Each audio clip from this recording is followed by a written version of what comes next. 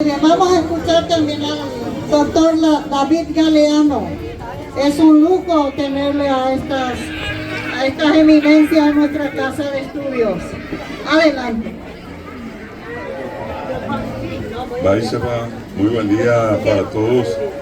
Voy a dejar a Sandra Fernández, Remotenondeva, Centro Educativo San Martín de Porres, a Vico Abel Bisacuera, Oinenda Buitepe, voy a dejar a Catupirio Motenondeva, Secretaría de Políticas Lingüísticas, voy a dejar a Javier Riveros, voy a dejar a Ramón Rolandi, Caraíguazú, Bebe Carlos Petengil, Puñacaraí, Rita del Paraná, Perla del Paraná, a Opa Beteña Andatriba.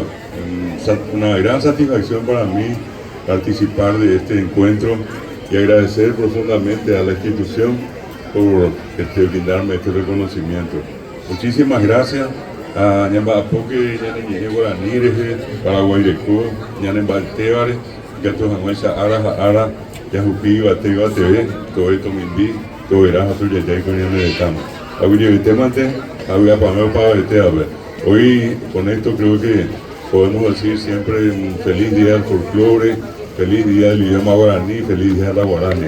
Muchas gracias y que pasemos muy bien esta mañana, como de hecho se ve acá tantos jóvenes, tantos niños con sus atuendos de paraguayo, con todo lo que hoy están mostrando, y con esto también se puede percibir la valoración que tenemos hacia lo nuestro.